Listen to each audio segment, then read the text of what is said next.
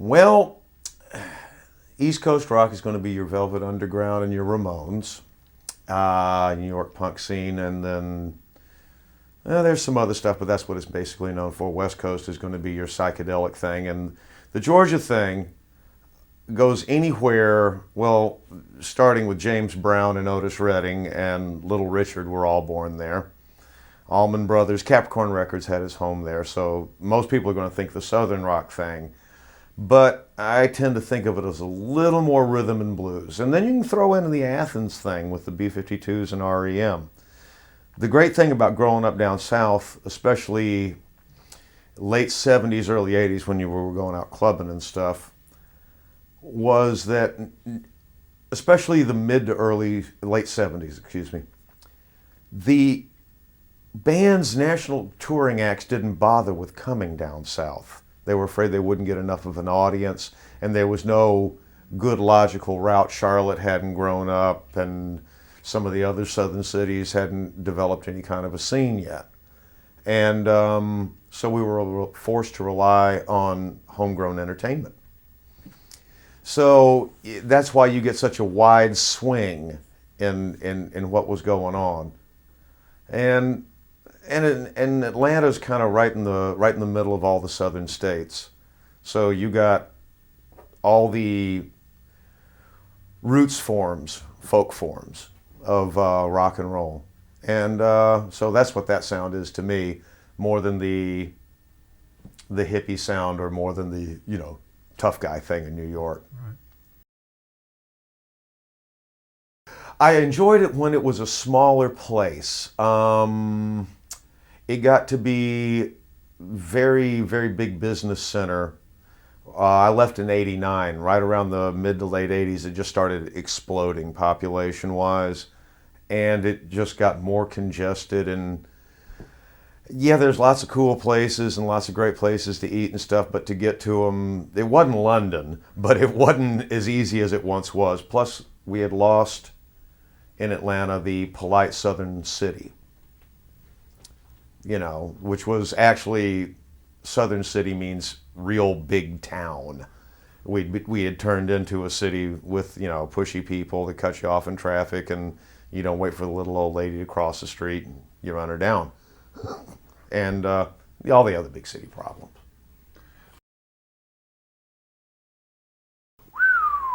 Man, that's a tough question. The guys that had, right before I joined any band,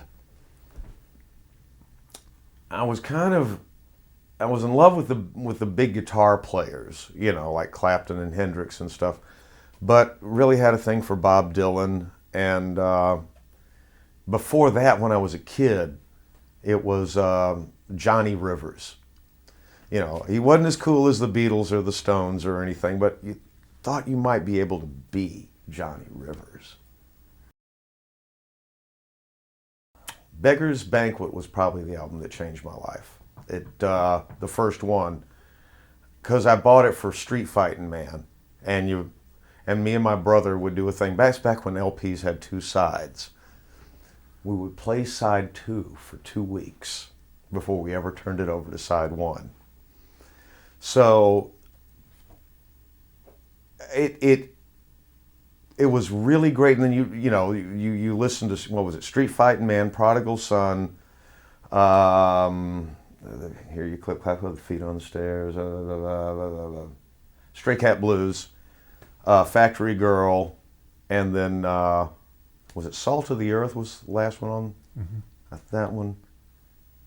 No, that was the last one on side 1. Can't remember.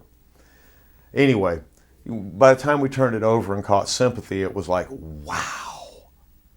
And it was just like, what a great record. And it had all these different types of songs, and we had never really, it's like with the Beatles, you had the rock and roll songs and the love songs. But here was like, one acoustic guitar and Jagger, and here was the whole band, and here was, just everything, the fiddle coming in on it and stuff. So that one was very influential. Sweetheart of the Rodeo by the Byrds was very influential because it introduced country music full force. So the Graham Parsons things was getting in there without me knowing who Graham Parsons was. Those were real big, and then post-punk, I saw NRBQ. And I know they're really hard to get their records and stuff, but if you can, you should. They're kind of the same thing. They just are all over the map, and it made me quit admiring guitar players for being guitar playerly. It was like, this is just great rock and roll. And I saw them in a little club, and it was one of those things that just changed my life. But those, yeah, I think if you went out and got any NRBQ record, Beggar's Banquet and Sweetheart of the Rodeo, you'd have a pretty good idea. You know, I always liked stuff visually, and I didn't really think too much about movies as art. They were just movies. You know, we had an art house movie place that I would go to and see all kinds of strange stuff. But no one particular film or anything like that. No author changed my life or anything like that. I mean, it's, you know, whatever I read last was the most profound thing I'd ever heard of. Mauro Magellan was, who brought him in? I'm trying to think right now. Hang on a second. Mauro, let's see. I'm trying to think of what bass player. Dave Hewitt was playing with us at the time, from Babe Ruth, if you remember them. He had relocated to Atlanta to work with, come on, Dan, you can remember, Whitford St. Holmes. You know, Derek St. Holmes, Derek St. Hubbins, ouch. You know he had to sting. Anyway, we got, I think it was kind of Rick Richards' idea, but we had David Michelson, the original drummer, who was a great buddy. And that's all I'm going to say about that. And then we had the guy, Randy DeLay, who cut the EP with us, Keep the Faith. And Mauro joined after him. And it was definitely when Dave was in the band. And I don't really know who asked him. It must have been a come on down and play. And he did. And he just stuck around for, it's been quite a few years now, I reckon. What was your first impression of him? Well, he had this shock of blonde hair. And when you interview him, and you've heard his voice, he's so mild-mannered that you're thinking he's almost effete when you speak to him. And you see him get behind the drums, and he just beats the living shit out of him. And it's just like, what do you think of this guy?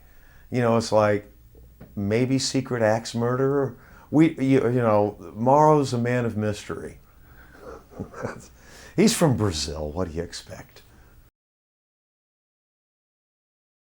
Okay, the reason this band got signed to, the reason the Satellites got signed to an English label was because of Kevin Jennings, who's from Ipswich, was kind of our do-all guy. He wanted to manage, but there was really not that much to manage. He just kind of took care of us. And he's from here. To make a very long story short, he got possession of the demos that we shopped around 4 times and everybody turned down 4 times. And Making Waves, the English label, said, yeah, we won't give you anything for it, but we'll put it out and give you the, a 12-point deal. which is a normal deal to those of you who don't know, which is also called indentured servitude. But no, they were really square with us, and but Kevin was the reason for that. It's a really long story. It's War and Peace. I mean, Mike Bone was the guy that was in charge of promotions, and he kind of helped the A&R department think that we were really good, saying that I can get this record played. So we got the A&R department at least interested enough. And once they figured out what we were all about, they were, really helpful. But he was the main guy, and he understood. He was from Macon, Georgia, and had actually worked for the Capricorn folks, I do believe. Sorry if I'm wrong. Keep Your Hands was written to make our drummer, my good friend David Michelson, laugh. That's all it was written to do. And he did laugh. And because a girl had come up to him in a bar that he was really, really hot for. And he was putting the move on her, and she said, don't touch me, don't talk to me, and keep your... And he told us about that. He was really pissed about it. And so, of course, I wrote a song about it to make him laugh. Riding home from work one day on the bus, and didn't have any paper and pen, and just had to people saw me sitting there just muttering, singing while I got off the bus and walking home. And of course, nobody sat next to me or anything like that on the bus. Thought I was crazy, man. I wrote Duncan Dine on the same day. It was a good day. The single reached #2 in the American Billboard charts, and the LP reached #5 in the American Billboard charts, both of which I predicted on the nose in a dressing room somewhere, and who knows. But which the crew never forgave me for not predicting it #1. I forced it to come in #2 and #5. It was amazing. Believe it or not, in the American charts, the #1 song was Living on a Prayer, which may or may not be your cup of tea, but at least it was a rock and roll song. At least we weren't losing to a novelty song. And, and at the time, 2 rock and roll songs in the American, 1, 2 in the American charts, pretty amazing, really. But, and of course, I've gone and looked at who else only made it to #2. Lola only made it to #2. So I was like, all right. But it opened doors for us. It closed other ones. We could no longer be a hip band with a charting single in America. But over here, because we never really broke into the top 20 or anything like that, we could stay a cool rock and roll band that had a semi-hit. Difference in perceptions. Made it possible for people to keep taking a chance on me. And it still pays a lot of bills. Thank you very much. In hindsight, Open All Night was not a great LP. I think that there's weak tracks on. This is me personally. There are people that come up and tell me that's the best record we made. I just look at them like, what? But that may have been the one they discovered us on. I like the last one, Salvation and Sin. I like the best of all the records. The first record, second best, and Open All Night, third best. I think the songwriting's a little better on Salvation and Sin. The fun factor is through the roof on the first one. That's the basic difference.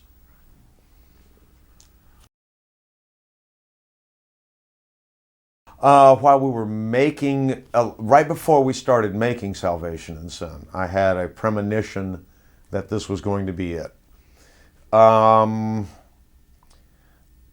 When we did have some success, I promised myself that we were not going to get bogged down in being a band that continues to just go out to make a paycheck. We're going to go out because it's fun or it's good. Or we're getting filthy rich. We weren't getting filthy rich. We were supporting 11 people, crew and management and everything else. But I could tell that it was a dry well for me. And the level of interband cooperation was becoming more fragmented. And this is just natural. You come together for a while, you do good work, and then things start to fragment apart. And I knew that the next 3 or 4 years was going to be really, really difficult to change the tide of that. It wasn't just, oh, it's a rainy day. It's like, wow, the tide's going out and I don't know where it's going. And it's just keeping going. And I figured as long as it was all fragmented and stuff, why not end on a really high note if we make a good record? We made a good record and we toured on it, not successfully in the States, very successfully here in Europe. And I consider England part of Europe, even though for the Satellites was obviously the special area. And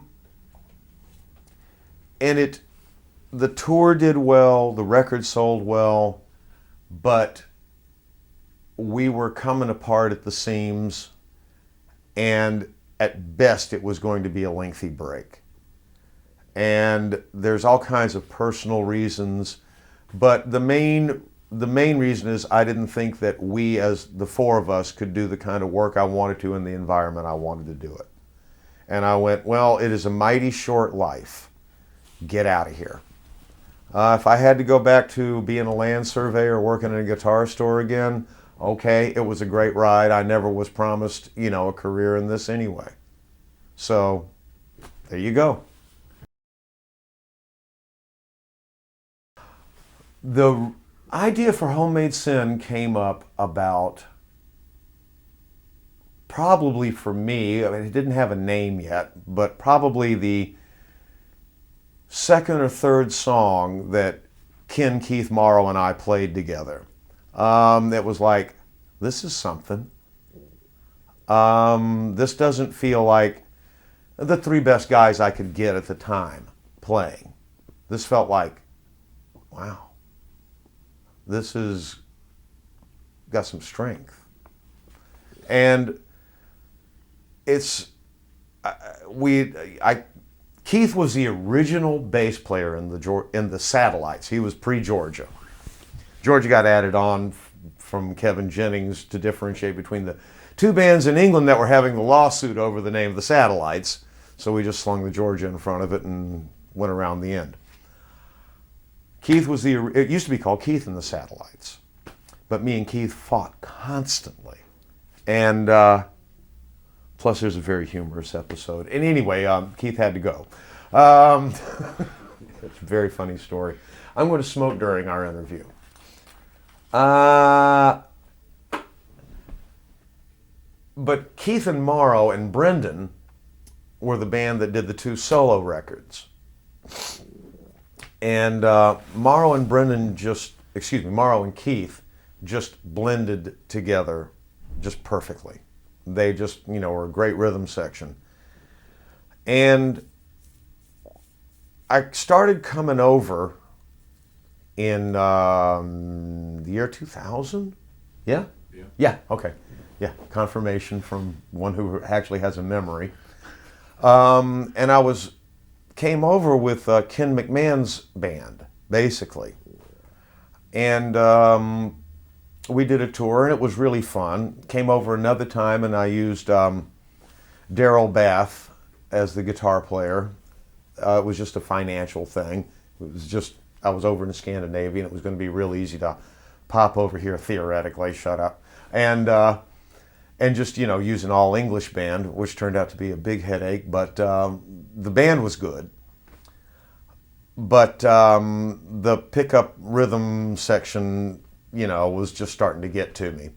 And I called up Mauro and said, do you want to do it? And Keith and Mauro and I said, well, what about Ken, and we came out here, and for me, it just worked right off the bat. It's three other guys that don't expect, to be star level. You know, it's kind of like, yeah, you're a working band. And, you know, we're going to get treated that way and we're going to live that way. Except for now, we're in the Hilton through a series of misadventures. But it's a good, hard-working band, and everybody's pretty accepting and puts their back into it. And will give me everything they got pretty much every night. And what more do you ask out of a band? It definitely has not been planned, okay? Not completely and utterly out of the question, but not at all my focus whatsoever. I've been around long enough to never say never, but at the same time, I don't know what it would accomplish outside of a nice pensioner's packet. If we can, you know, like, but we would just go through and just beat up promoters. I mean, we'd mortgage your house, give us the money.